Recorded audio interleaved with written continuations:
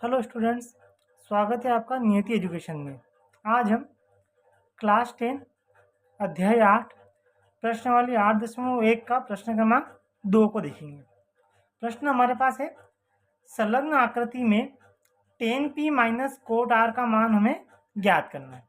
और डायग्राम हमें प्रश्न में दे रखा है पी क्यू आर, जहाँ बिंदु क्यू पर क्या बन रहा है, समकोण। P से Q की वैल्यू कितनी दी है इन्होंने, 12 सेंटीमीटर, और P से R की वैल्यू कितनी दे रखी है, 13 सेंटीमीटर। R से Q की वैल्यू निकालनी है। एक बात मैं आपको बता दूं, जब भी 12 और 13 एक साथ लिखा हो तो तीसरी भुजा हमेशा 5 होगी। मतलब इतना तो कंफर्म है कि कितनी निकलेगी, 5 पर हम निकालते हैं। समकोण त्रिभुज की दो भुजा अगर दी हुई हो और तीसरी भुजा निकालनी हो तो हम वहाँ लगाएंगे पाइथागोरस प्रमेय। तो आंसर की शुरुआत करते हैं।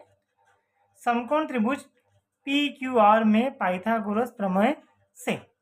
पाइथागोरस प्रमेय क्या होती है, कर्ण का स्क्वायर बराबर लंब का स्क्वायर प्लस आधार का स्क्वायर।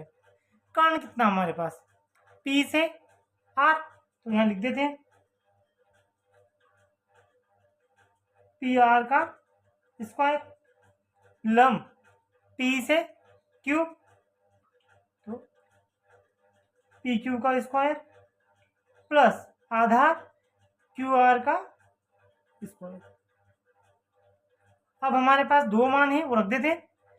P से R का मान हमारे पास है 13, तो यहाँ पी आर की जगह हम रखते हैं 13 और इसका स्क्वायर बराबर P से Q का मान कितना था, 12, तो पी क्यू के स्थान पे हमने रखा है 12, इसका स्क्वायर प्लस क्यू आर की वैल्यू हमें निकालनी है, तो क्यू आर ऐसा का ऐसा। 13 का स्क्वायर मतलब 13 का वर्गमूल है, 13 का गुणा 13 में करना है, तो वो आएगा 169, 169। 12 का स्क्वायर, तो 12 का गुणा 12 में करेंगे तो 144। जिन्हें वर्ग याद है वो डायरेक्ट लिख सकते हैं, और जिन्हें नहीं याद है वो गुणा करके क्यू आर का स्क्वायर। अब हमें क्यू आर की वैल्यू निकालनी है, तो प्लस के 144 को हम बराबर से उधर ले जाएंगे, तो ये 144 बराबर से जब उधर जाएंगे तो माइनस के 144 हो जाएंगे। तो इधर पहले से कितना है, 169 माइनस 144 बराबर क्यू आर का स्क्वायर। इसको थोड़ा जमा के लिख देते, क्यू आर हम इधर लिखते हैं, क्यू आर का स्क्वायर बराबर, माइनस करें, 9 में से 4 को माइनस करेंगे तो 5, 6 में से 4 को माइनस करेंगे तो 2, और 1 में से 1 जाएगा तो 0 बचेगा ही नहीं। अब इधर से वर्ग हटाएंगे तो इधर लगेगा अंडर रूट। 25 का वर्गमूल क्या होता है, तो 25 को पहले टुकड़े करते हैं तो गुणनखंड होंगे इसके 5 गुणे 5, तो दोनों 5 में से एक 5 बाहर निकल जाएगा। क्यू आर बराबर 5 सेंटीमीटर। तो हमारे पास क्यू आर की वैल्यू आ गई है, तो वो हम यहाँ लिख देते हैं कि क्यू आर हमारे पास कितना हो गया, 5 सेंटीमीटर। अब समकोण त्रिभुज की तीनों भुजा हमारे पास हो गई है, कर्ण 13 हो गया, लंब 12 और आधार कितना हो गया, 5 सेंटीमीटर। निकालना क्या है, हम वहां से शुरुआत करते हैं। तो निकालना क्या हमारे पास, tan p minus cot r। tan p का मतलब है एंगल कहाँ बन रहा है, P पर। इसके लिए मैंने दो डायग्राम बनाए, एक पर एंगल P बन रहा है, और कोट r का मतलब है एंगल कहाँ बन रहा है, R पर। तो एक का एंगल कहाँ बनाया है, R पर। समकोण त्रिभुज की तीनों भुजाएं हमारे पास है, ये 12, 13 और 5, 12, 13 और 5। मैंने आपको पहले भी बताया था 90 डिग्री के एंगल के सामने वाली भुजा हमारी क्या कहलाती है, कर्ण।